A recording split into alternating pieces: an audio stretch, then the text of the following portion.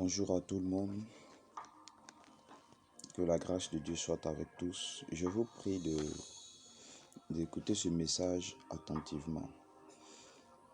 Nous avons eu un temps formidable dans la présence de Dieu où j'ai partagé un thème vraiment très capital et j'ai jugé bon par la grâce de Dieu de mettre cet enseignement-là à la disposition de tout le monde sur cette page Facebook, la Zoé des Elohim.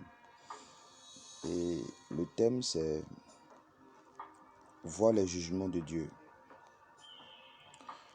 Depuis un certain temps, nous sommes rentrés dans un mouvement que Dieu nous a conduit, où on veut rentrer au fait dans l'accomplissement de Joël 2, 28, afin de pouvoir opérer comme Dieu l'a promis dans sa parole. Parce qu'il a dit comme ça dans Joël 2, 28 que dans le dernier jour, Dieu va répandre de son esprit sur toute chair.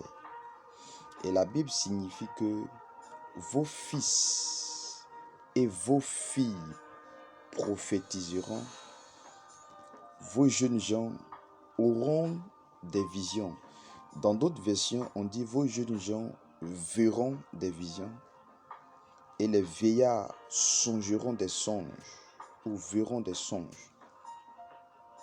Donc, l'accomplissement de cette parole vient lorsque l'Esprit de Dieu est répandu sur toute chair. Lorsque l'Esprit de Dieu est répandu sur les hommes, et on commencera à prophétiser, à voir des visions, à voir des songes, ou à songer des songes, ou à visualiser des visions. Donc nous sommes là aujourd'hui encore par la grâce de Dieu pour éclaircir, élargir le sujet afin que nous puissions entrer dans ces promesses-là. Amen. Je vais vous inviter, on va aller rapidement, à prendre votre Bible dans le livre de Psaume. Psaume chapitre 19. Psaume chapitre 19. Je commence à partir du premier verset. La Bible dit ceci. Au chef des chantes, psaume de David. Les cieux racontent la gloire de Dieu et l'étendue manifeste l'œuvre de ses mains. Ici, lorsqu'on parle des cieux, on veut parler au fait de ceux qui ont accepté le Seigneur.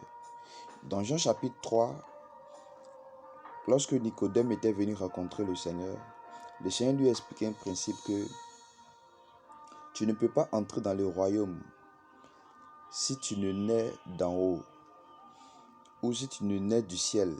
Lorsqu'on parle de naître de nouveau, cela signifie naître d'en haut ou bien naître du ciel. Donc quelqu'un qui naît du ciel, il appartient aux cieux. Donc lorsqu'on parle de les cieux racontent la gloire de Dieu, on veut parler au fait des habitants du ciel, de ceux qui habitent le ciel.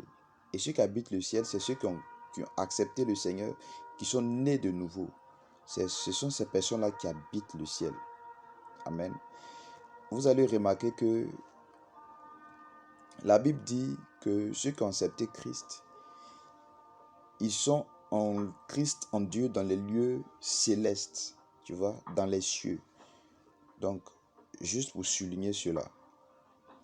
Donc ici, lorsqu'on dit dans le psaume 19, à partir du verset 2, les cieux racontent la gloire de Dieu et l'étendue manifeste l'œuvre de ses mains. D'abord, retenez que dans l'Ancien Testament, il y a des personnes qui ont prêché l'évangile, la bonne nouvelle, mais qui étaient sur une forme voilée.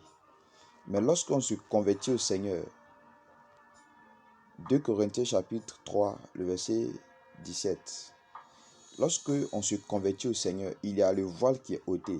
Et lorsqu'on lit Moïse, c'est-à-dire lorsqu'on lit l'Ancien Testament, les Écritures, les yeux sont dévoilés et on commence à voir la gloire de Dieu. On commence à voir beaucoup de choses. Parce que si Moïse, en descendant de la montagne, avait couvert son visage pour ne pas que on puisse recevoir la gloire, Christ, lorsqu'il a été transfiguré, il n'y avait pas de voile. Donc, Jésus-Christ veut qu'on puisse recevoir des enseignements de lui, on puisse voir sa face.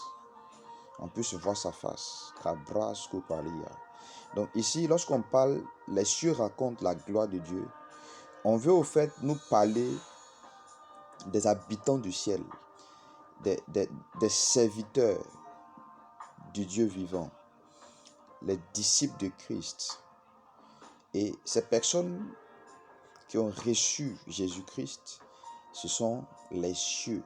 Et c'est eux qui racontent la gloire de Dieu. Et lorsqu'ils racontent la gloire de Dieu, la Bible dit que l'étendue manifeste l'œuvre de ses mains. Lorsqu'on parle de l'étendue, on veut parler des catégories de personnes qui manifestent l'œuvre. On veut parler des serviteurs, ceux qui sont spécifiquement choisis, parfois pour annoncer beaucoup de choses, annoncer l'évangile et puis également faire des miracles, manifester l'œuvre de ses mains. Amen. Le verset 3 dit ceci. Le jour en instruit un autre jour. La nuit en donne connaissance à une autre nuit.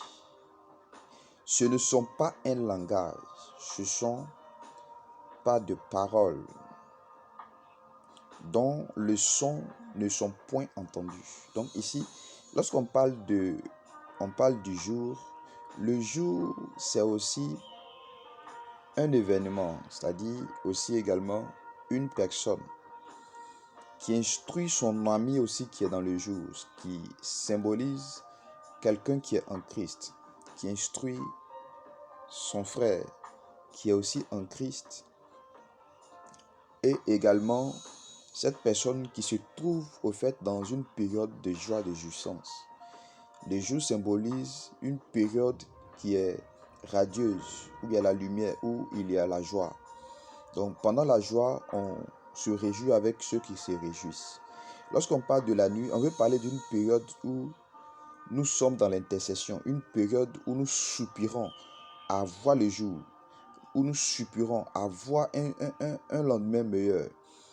C'est pour ça que la Bible dit que non, le jour est avancé et la nuit, je dirais, est avancée et le jour approche. Dépouillons-nous donc maintenant des œuvres des ténèbres. Amen. Lève-toi, toi qui dors.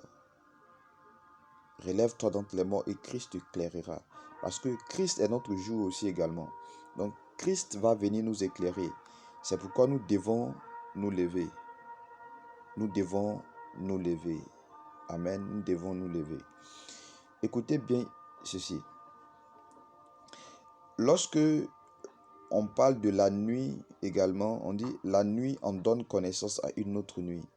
On veut parler aussi également des personnes qui ont vécu dans le malheur, qui ont vécu dans des temps périlleux et qui ont reçu des connaissances qui peuvent aussi donner à ceux qui souffrent. Amen. Qui peuvent aussi enseigner à ceux qui souffrent. Je ne vais pas m'attarder beaucoup là-dessus.